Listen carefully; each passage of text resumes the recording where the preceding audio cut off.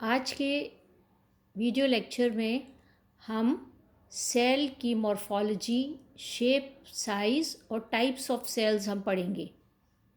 Sales के shapes different होते हैं, वेरिएबल शेप में सेल्स होते हैं और ये किसी भी फॉर्म के हो सकते हैं और अपना शेप को भी चेंज करते रहते हैं अकॉर्डिंगली। यूनिसेलुलर फॉर्म्स जैसे कि डाई एटम्स होते हैं, अमीबा है, बैक्टीरिया है, इनके कई फॉर्म्स हम देख सकते हैं। जैसे बैक्टीरिया में हम कोकाई देखते हैं, रॉड के शेप के देखते हैं, बेसिलाई होते हैं, स्पाइरलम होते हैं, कोमा शेप्ड होते हैं। अमीबा है, इरेगुलर शेप का होता है, डाई एटम्स हैं, स्पिंडल शेप के होते हैं। मल्टी सेल्यूलर ऑर्गेनिजम्स जो होते हैं वो और भी अधिक वेरिएशंस शो करते हैं शेप में। वो राउंड हो सकते हैं, सिलिंड्रिकल हो सकते हैं, इरेगुलर हो सकते हैं, ट्यूब्यूलर हो सकते हैं, फ्लैट होते हैं, कोलमनर होते हैं, स्फेरिकल होते हैं, स्टीलेट होते हैं या लॉन्ग और थिन होते हैं। जैसे कि ल्यूकोसाइट्स जो होते हैं इरेगुलर शेप के होते हैं, इरिथ्रोसाइट्स इलिप्टिकल होते हैं। फिर एपिथीलियम जो है क्यूबॉइड आपको दिखाई दे रही है और राउंड होते हैं कई सेल्स। और आप अगर न्यूरॉन को देखें तो स्टीलेट है ये। तो डिफरेंट शेप के सेल्स मल्टी सेलुलर ऑर्गेनिजम्स में पाए जाते हैं। वेरिएशंस खूब सारे हम देख सकते हैं। शेप सेल का डिपेंड करता है उसकी फंक्शनल अडेप्टेशंस पर, क्या फंक्शन सर्व करता है। प्रोटोप्लाज्म के सरफेस टेंशन और विस्कोसिटी पर डिपेंड करता है। एडजॉइनिंग सेल्स जो मैकेनिकल एक्शन होता है उनका, उस पर डिपेंड करता है। और सेल मेम्ब्रेन की रिजिडिटी पर भी सेल का शेप डिपेंड करता है। साइज़ अगर सेल का देखें तो एक्सट्रीमली वेरिएबल साइज़ में सेल्स हम देख सकते हैं। 1 म्यू से 1,75,000 म्यू या 175 मिलीमीटर्स तक के सेल्स होते हैं। लार्जेस्ट सेल जो है वो ऑस्ट्रिच का एग है जो कि 176 मिलीमीटर बड़ा होता है, लार्जेस्ट एनिमल सेल है। नर्व सेल्स जो मैमल्स के होते हैं वो सबसे लंबे होते हैं, 3 to 3.5 फीट लंबे नर्व सेल्स होते हैं। स्मॉलेस्ट सेल्स जो हैं वो है पीपीएलओ या प्लूरो निमोनिया लाइक ऑर्गेनिजम्स जो कि माइकोप्लाज्मा है, 0.1 म्यू जिनका डायमीटर होता है।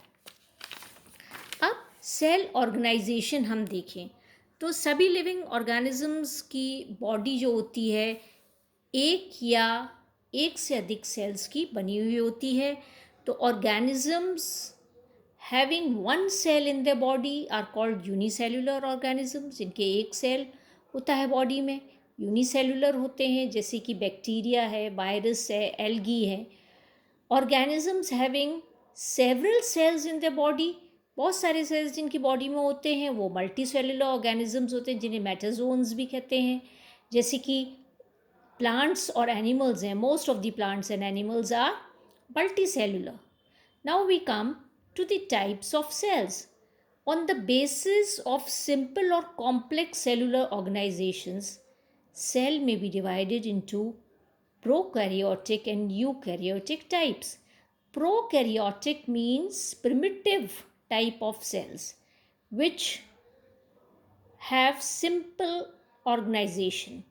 Eukaryotic cells are true cells and they have complex organization. Now we will study the prokaryotic cells. Prokaryotic cells occur in bacteria, blue-green alga, PPLO और इनका size जो होता है वो लेस देन अ माइक्रोन इनका साइज होता है। प्रोकैरियोटिक सेल्स का बहुत अच्छा एग्जाम्पल है बैक्टीरिया का सेल। तो हम बैक्टीरियल सेल को देखते हुए इसकी कैरेक्टरिस्टिक्स हम पढ़ेंगे प्रोकैरियोटिक सेल्स की। प्रो मीन्स प्रिमिटिव, तो प्रिमिटिव टाइप के ये सेल्स होते हैं। Now we will study about the bacterial cell. तो बैक्टीरियल सेल को लेते हुए प्रोकैरियोटिक सेल्स की कैरेक्टरिस्टिक्स हम देखें तो उनमें एक सेल वॉल पाई जाती है और ये सेल वॉल नॉन सेलुलोसिक होती है, मतलब सेलुलोज की बनी हुई नहीं होती है, और it is made up of carbohydrates and amino acid. Plasma membrane जो सेल वॉल के नीचे पाई जाती है उस पर रेस्पिरेटरी एंजाइम्स पाए जाते हैं, और ये रेस्पिरेटरी एंजाइम्स जो हैं जो प्लाज्मा मेम्ब्रेन पे प्रेजेंट होते हैं, ये एक तरीके से प्लाज्मा मेम्ब्रेन माइटोकॉन्ड्रियल मेम्ब्रेन का कार्य भी करती है। इसके अलावा एक और बैक्टीरियल सेल में रेस्पिरेटरी ऑर्गेनेल पाया जाता है जो कि मीजोजोम कहलाता है। Well defined nucleus is lacking in prokaryotic cell. Instead, in bacteria, a darkly stained region is present in cytoplasm. Dark stained region होता है जिसे न्यूक्लियोइड रीजन कहते हैं। न्यूक्लियोइड रीजन होता है डार्कली स्टेन्ड रीजन जो कि न्यूक्लियस है पर इस पर मेम्ब्रेन नहीं है, तो इस पर न्यूक्लियर मेम्ब्रेन नहीं था, मतलब lacks a well defined nucleus, क्योंकि न्यूक्लियर मेम्ब्रेन प्रेजेंट नहीं है। ये न्यूक्लियोइड, इस न्यूक्लियोइड रीजन में एक single circular DNA molecule present होता है, and this is the genetic material of the prokaryotic cell और द बैक्टीरियल सेल। इसके अलावा प्रोकैरियोटिक सेल में मेम्ब्रेन बाउंड ऑर्गेनेल्स जैसे कि माइटोकॉन्ड्रिया है, गोल्गी कॉम्प्लेक्स है, लाइसोसोम्स हैं, क्लोरोप्लास्ट हैं, ये एब्सेंट होते हैं। बेसिक प्रोटीन्स जो हिस्टोन्स हैं वो भी इसमें एब्सेंट होते हैं। राइबोसोम्स इसमें पाए जाते हैं बैक्टीरियल सेल में, और प्रोकैरियोटिक सेल्स में राइबोसोम 70S राइबोसोम्स पाए जाते हैं। ये पॉलीसोम आप देख सकते हैं, तो 70S राइबोसोम, 50 बड़ा यूनिट 50S और स्मॉलर यूनिट इज़ 30S, तो 70S राइबोसोम्स ये साइटोप्लाज्म में स्कैटर्ड पाए जाते हैं। न्यूक्लियोलस और माइटोटिक अपैरेटस एब्सेंट होता है प्रोकैरियोटिक सेल में, और इसीलिए सेल डिवीजन इनमें नहीं होता है। माइटोटिक अपैरेटस जो सेल डिवीजन के लिए आवश्यक होता है वो नहीं है, और इसलिए एमाइटोटिकली ये डिवाइड होते हैं फिजन के द्वारा। जैसे बैक्टीरियल सेल जो होते हैं इसको हम देखें तो स्मॉलेस्ट जो बैक्टीरियम है वो है डायलिस्टर न्यूमोसाइंटीज, जो कि 0.15 म्यू से 0.3 म्यू का होता है, और लार्जेस्ट जो बैक्टीरिया है वो है स्पाइरलम वॉल्यूटेंस जो कि 13 to 15 म्यू लेंथ होती है। जैसा मैंने आपको पहले बताया है, बैक्टीरिया डिफरेंट शेप्स में पाए जाते हैं, जैसे कोकस हैं, बेसिलस हैं, स्पाइरल हैं, कोमा शेप्ड हैं। तो ये बैक्टीरिया सेल या प्रोकैरियोटिक सेल हमने आज अभी पढ़ा। Now we come to the eukaryotic cell. Eukaryotic cell हम देखेंगे typical animal cell as seen under electron microscope. तो eukaryotic cell has a well defined nucleus. ये न्यूक्लियस है, और न्यूक्लियस के बाहर आप देख सकते हैं न्यूक्लियर मेम्ब्रेन है, और nuclear membrane is interrupted eight several places. Nuclear pores होते हैं, इसमें न्यूक्लियर पोर्स हैं, और न्यूक्लियस के अंदर जेनेटिक मटेरियल है, क्रोमैटिन मटेरियल और न्यूक्लियोलस प्रेजेंट है। फिर आप देख सकते हैं आउटर मोस्ट जो सेल मेम्ब्रेन जिसे हम प्लाज्मा मेम्ब्रेन कहते हैं, वो ये प्लाज्मा मेम्ब्रेन है। Plasma membrane is throne into finger like projections जिसे हम माइक्रोविलाई कहते हैं, और माइक्रोविलाई जो होती है it increases the surface area for absorption and enzymatic activity. इसमें कुछ स्ट्रक्चर्स आप देख सकते हैं, सीलियम है जैसे। इसके अलावा जो प्लाज्मा मेम्ब्रेन होती है उसके कुछ मॉडिफिकेशंस होते हैं, जैसे कि यहाँ आप डेस्मोसोम्स देख सकते हैं, तो ये मॉडिफिकेशन है प्लाज्मा मेम्ब्रेन की। अब यूकैरियोटिक सेल में मेम्ब्रेन बाउंड ऑर्गेनेल्स पाए जाते हैं, जैसे कि हमने देखा न्यूक्लियस पे भी मेम्ब्रेन है, तो मेम्ब्रेन बाउंड ये है न्यूक्लियस। न्यूक्लियस से आप देख रहे हैं, न्यूक्लियर मेम्ब्रेन से आप एक स्ट्रक्चर निकलता हुआ देख रहे हैं, branch structure. This is the endoplasmic reticulum.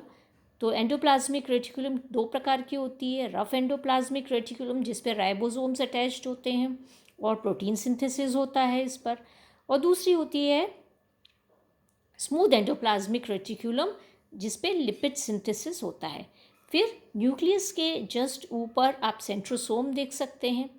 इसके अलावा न्यूक्लियस के जस्ट ऊपर एक जोन ऑफ एक्सक्लूजन होता है जहाँ पर गोल्गी कॉम्प्लेक्स दिखाई देता है, और गोल्गी कॉम्प्लेक्स जो होता है वो सिक्रीट करता है कुछ वेसिकल्स जो कि लाइसोसोम्स होते हैं। तो लाइसोसोम्स आप देख सकते हैं। साइटोप्लाज्म में स्कैटर्ड आप माइटोकॉन्ड्रिया देख सकते हैं जो कि रेस्पिरेटरी ऑर्गेनेल्स हैं, power house of the cell जिन्हें हम कहते हैं। तो ये हमने कुछ स्ट्रक्चर्स देखे हैं और इनके फंक्शंस जो हैं हम डिटेल्ड में आगे पढ़ेंगे। तो ये यूकैरियोटिक एंड प्रोकैरियोटिक सेल्स के बारे में हमने पढ़ा। Now we come to the differences between prokaryotic and eukaryotic cell. तो पहले हम इसका सेल साइज़ देखें तो उनका प्रोकैरियोटिक सेल्स का 0.5 से 5 माइक्रोम्यू होता है, जबकि यूकैरियोट्स अप टू 40 माइक्रोम्यू होते हैं। फॉर्म यूनिसेल्युलर या फिलामेंटस होते हैं प्रोकैरियोट्स, जबकि ये यूनिसेल्युलर, फिलामेंटस या मल्टीसेल्युलर होते हैं यूकैरियोट्स। सेल वॉल प्रोकैरियोट्स में रिजिड होती है, contain polysaccharide with amino acid, और स्ट्रेंथनिंग कंपाउंड इसे म्यूरिन होता है, म्यूरामिक एसिड या म्यूरिन। फिर जो यूकैरियोटिक सेल्स में है, प्लांट सेल्स में जैसे देखें तो पॉलीसैकेराइड सेलुलोज की बनी हुई होती है, जबकि फंजाई में रिजिड होती हैं, और इसमें जो होता है वो काइटिन की वॉल्स इसमें बनी हुई होती हैं फंजाई में।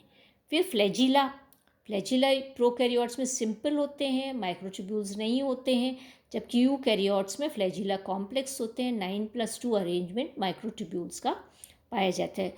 मेम्ब्रेन बाउंड ऑर्गेनेल्स जो हैं एब्सेंट होते हैं प्रोकैरियोटिक सेल्स में, सिर्फ आप राइबोसोम्स देख सकते हैं। इसके अलावा यूकैरियोट्स में मेम्ब्रेन बाउंड ऑर्गेनेल्स जैसे न्यूक्लियस, गोल्गी कॉम्प्लेक्स, माइटोकॉन्ड्रिया पाए जाते हैं। Genetic material single circular DNA, naked DNA cytoplasm में पाया जाता है। न्यूक्लियोलस नहीं होता प्रोकैरियोट्स में, जबकि यूकैरियोट्स में membrane bound organelles linear DNA होता है associated with protein and RNA, जैसे क्रोमोसोम्स बनते हैं प्रेजेंट होते हैं, और न्यूक्लियोलस और न्यूक्लियस भी पाया जाता है। फिर प्रोटीन सिंथेसिस के लिए प्रोकैरियोट्स में 70S राइबोसोम्स होते हैं, एंडोप्लाज्मिक रेटिकुलम नहीं है, फ्री राइबोसोम्स उसमें पाए जाते हैं साइटोप्लाज्म में, जबकि 80S राइबोसोम्स यूकैरियोट्स में पाए जाते हैं and they are attached to endoplasmic reticulum. Respiration के लिए मीजोसोम्स बैक्टीरिया में होते हैं प्रोकैरियोट्स में, जबकि यूकैरियोट्स में माइटोकॉन्ड्रिया होता है। फोटोसिंथेसिस के लिए क्लोरोप्लास्ट नहीं होती है प्रोकैरियोट्स में, और ये takes place on the membranes which show no stacking. Chloroplast नहीं है पर मेम्ब्रेन पर होता है। क्लोरोप्लास्ट यूकैरियोट सेल में होती हैं और they are arranged into containing membranes which are arranged into stacks और लैमेला, जिसे कहते हैं ग्रेना प्लांट्स में। फिर नाइट्रोजन फिक्सेशन, कुछ बैक्टीरिया में एबिलिटी होती है नाइट्रोजन फिक्स करने की, जबकि यूकैरियोट्स में ये एबिलिटी नहीं पाई जाती। सेल डिवीजन अगर हम देखें तो सेल डिवीजन इसमें क्योंकि माइटोटिक अपैरेटस नहीं पाया जाता प्रोकैरियोट्स में, तो ए माइटोटिकली डिवाइड करते हैं फिशन के द्वारा, जबकि इनमें माइटोसिस एंड मियोसिस दोनों ही पाया जाता है यूकैरियोट्स में।